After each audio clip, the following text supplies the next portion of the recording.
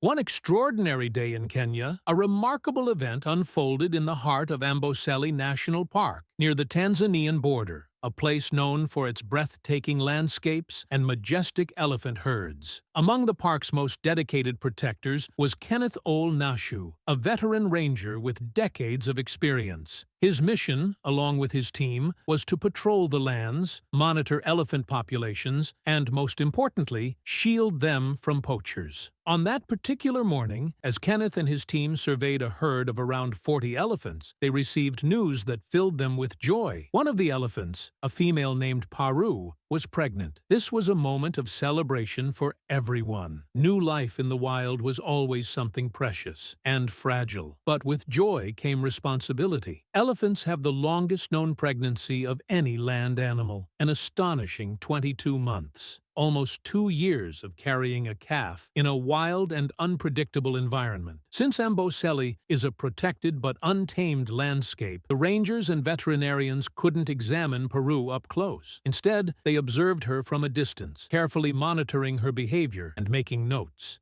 Weeks passed, and initially, Peru seemed healthy. But then, subtle changes began to emerge. She started distancing herself from the herd, a behavior that can be normal during late pregnancy. But what troubled Kenneth most was how she even avoided her own calf. That level of isolation was rare. Then came the bleeding. It began lightly at first, but quickly worsened. Within a few days, the team realized she was losing a dangerous amount of blood. The fear of miscarriage loomed, and the risks were growing by the hour. For an elephant of Peru's age and size, complications like this could turn fatal fast. Kenneth and his team sprang into action, increasing surveillance and adjusting their patrol schedules. Every movement Peru made was documented. One morning, Kenneth noticed something off in the distance. A cluster of elephants acting strangely. They were restless, stomping, circling, and clearly distressed. He knew something was wrong. He quickly jumped into his jeep and drove toward the commotion. As he approached, the elephants turned toward the sound of the vehicle. Their large ears flared. Behind them, he saw Peru lying on the ground. Her breathing labored, her body unmoving. Panic rushed through Kenneth. He immediately radioed for veterinary support, but he knew the herd could become dangerously aggressive if they sensed a threat. Elephants are incredibly protective, especially during vulnerable moments. So Kenneth remained in his jeep, trying to maintain calm while keeping his eyes on Peru. The veterinary team arrived shortly after. They moved cautiously. A young veterinarian knelt beside Peru, gently running his hands over her thick, dusty skin. Her heartbeat was stable, but her breathing was still heavy. The herd had formed a protective circle around her, watching with intense, unblinking eyes. Suddenly, Peru let out a loud,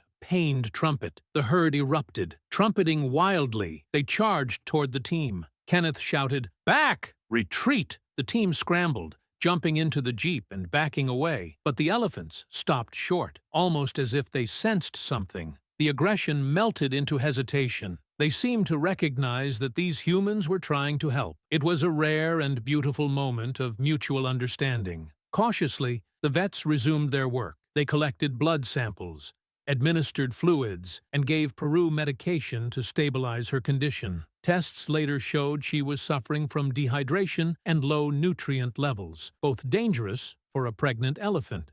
The bleeding was still concerning, but her vitals were steady for now. Kenneth coordinated the operation like a conductor in an orchestra. Every move was deliberate, every instruction critical. That night, he refused to leave. He slept in his jeep just a few meters away from the herd, waking up every time one of the elephants stirred. His only concern was Peru. Days turned into a week. The team took turns watching Peru. A young veterinary trainee named Aziz began joining them more frequently. Eager and observant, Aziz quickly became Kenneth's right hand. Then, one quiet evening, something changed. Aziz noticed Peru shifting restlessly. She stood, moved a few steps, and let out a soft rumble. He tapped Kenneth on the shoulder. "Boss, I think it's time." Kenneth rubbed his eyes, grabbed his binoculars, and focused in. Peru was in labor. The two men sat silently in the jeep, barely breathing. The stars above shone brightly over the open savannah. The herd closed in tightly around Peru, forming a protective circle. Moments later, the miracle happened. First came the head, then the legs. Slowly and gently, a baby elephant was born. Aziz's eyes widened in awe. It was the first time he'd ever witnessed an elephant birth. Kenneth smiled. "She did it," he whispered. He grabbed the radio. "Great news! Peru's baby is here." But then, just as the team celebrated, something unexpected happened. Kenneth froze. "Wait, is that another head?" Everyone fell silent. It was true. Peru wasn't giving birth to just one baby. She was having twins. The odds of this happening in the wild are extremely rare. Elephant twins are almost unheard of, and the survival rate for both calves and the mother is painfully low. A single calf requires an enormous amount of nutrients, water, and energy. Two can push a mother's body beyond its limits. Even Kenneth, with his decades of experience, had never seen it before. The last time twins were born in Amboseli was over 40 years ago. The team was overjoyed, but their excitement quickly turned to dread. Aziz noticed something wrong. "Boss, is this bleeding normal?" Kenneth looked through his binoculars and his stomach sank. One of the calves had blood running down its back. It had likely been injured during the birth, or maybe it had been stepped on in the chaos. Kenneth didn't wait. He radioed for the vet team again, this time urgently. When the vets arrived, Peru did something remarkable. As if she knew they were there to help, she allowed them to approach. Her eyes showed a mix of exhaustion, pain, and trust. The team quickly examined the calf, cleaned the wound, and administered treatment. They couldn't say for certain if the baby would make it, but they were doing everything possible. Over the next several days, the calves remained under close observation. Peru stayed close to them at all times, gently guiding them, shielding them with her body from the sun,